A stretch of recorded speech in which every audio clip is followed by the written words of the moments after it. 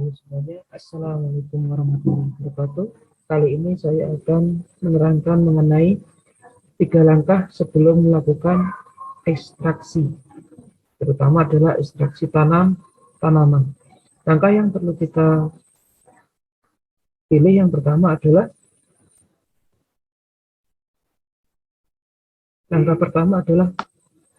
tentukan target kandungan tanaman.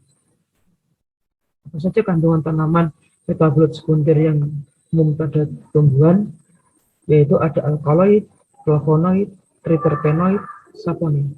Jadi teman-teman harus tentukan kira-kira mau yang ditarik itu apa? Apakah senyawa alkaloid, flavonoid, triterpenoid, dan saponin. Kemudian jika sudah mengetahui senyawa apa yang akan ditarik, maka perlu dilakukan adalah cara pengolahan simplisia, karena pengolahan simplisia yang berbeda pengeringannya maka akan mempengaruhi dari kualitas atau menurunkan kadar dari kimia tanaman tersebut. Contohnya di sini adalah ada jurnal pengaruh suhu pengeringan terhadap kadar flavonoid total ekstrak etanol dalam kumis kucing. Ternyata dengan perbedaannya pemanasan pada saat pengeringan, di sini akan mengakibatkan adalah kadar flavonoid yang berbeda. Jadi pemanasan pengeringan pada saat pembuatan simplisa itu perlu diperhatikan. Oke, kemudian yang kedua adalah tentukan metode ekstraksi. Nah, metode ekstraksi itu ada dua, cara dingin dan cara panas. Cara dingin yang kita kenal itu ada maserasi, metodenya sederhana, hanya perendaman, kemudian ada perkolasi, alatnya adalah perkolator. Kalau maserasi itu perendaman kurang lebih 5 hari, kemudian disaring, kemudian diremaserasi lagi kalau pakai remaserasi. Kemudian ada cara panas. Cara panas tersebut ada reflux, soklet, infus, dan dekok. Ini alat-alatnya. Jadi maserasi itu hanya butuh ini, toples. Toples bisa digunakan untuk maserasi. Kemudian ketika sudah mengalami perendaman, sekali-sekali diaduk. Kemudian ada alat perkolator, namanya perkolasi. Kemudian ada soklet. Kalau maserasi dan perkolasi ini adalah cara dingin. Kalau cara panasnya adalah makanya adalah soklet. Sistemnya ada pengembunan, kemudian di sini ada aliran masuk dan aliran keluar pendinginan. Kemudian di sini akan berputar untuk soklet sampai warnanya ini adalah jernih, ya, warnanya jernih. Oke, di sini ada jurnal pengaruh perbedaan metode ekstraksi terhadap kadar flavonoid total. Ternyata hasil maserasi dan reflux itu mengakibatkan kadar flavonoid yang berbeda. Kalau kita lihat di sini bahwa ekstrak etanol, etanol maserasi dan ekstrak etanol reflux ini mengalami peningkatan yang luar biasa. Kalau maserasi 1,265, kalau reflux 1,31, karena ada sistem pemanasan di sini.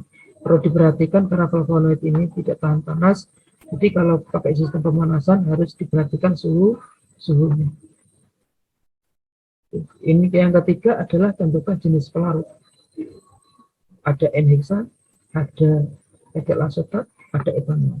N-heksan yang kita ketahui adalah sifatnya non-polar. Kemudian etil asetat semipolar dan etanol ini termasuk adalah polar. Kemudian tentukan jenis pelarut di sini perlu diperhatikan kualitas dari pelarut tersebut. Karena pelarut itu ada pelarut proanalisa, kemudian ada teknis, ada yang for HPLC atau GC. Jadi ditentukan kualitas dari gas itu sendiri. Kalau hanya ekstraksi, jadi teknis aja sudah cukup. Tapi kalau untuk penetapan kadar dan lain-lain. Ini perlu diperhatikan untuk yang PA, proanalisa. Di sini adalah tingkat kepolaran dari beberapa jenis pelarut. Metanol, etanol, aseton, semakin ke bawah dia akan semakin polar. Semakin ke atas dia adalah semakin ke bawah non polar, semakin atas yang polar. Ini metanol, ini etanol polar. Semakin ke sini dia ada non polar. Kemudian di sini ada jurnalnya, pengaruh jenis pelarut terhadap hasil ekstraksi daun lidah mertua. Ternyata jenis pelarut itu menghasilkan rendemen yang berbeda-beda. Apa sih rendemen? Rendemen itu adalah bobot awal hasil dari ekstraksi. Jadi grad simplicia sama ekstraksinya, hasilnya berapa? Ini perbandingan grad simplicia dan ekstrak. Ini ketemunya adalah rendemen. Semakin banyak nilai rendemen, maka ekstrak yang dihasilkan adalah semakin banyak. Tapi kebalikan, semakin banyak ekstrak yang terekstraksi, untuk kualitasnya belum tentu.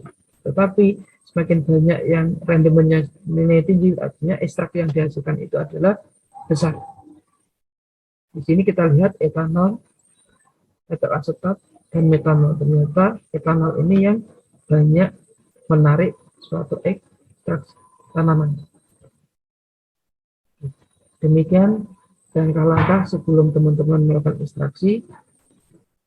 Semoga bermanfaat dan semoga tidak bingung. Assalamualaikum warahmatullahi wabarakatuh.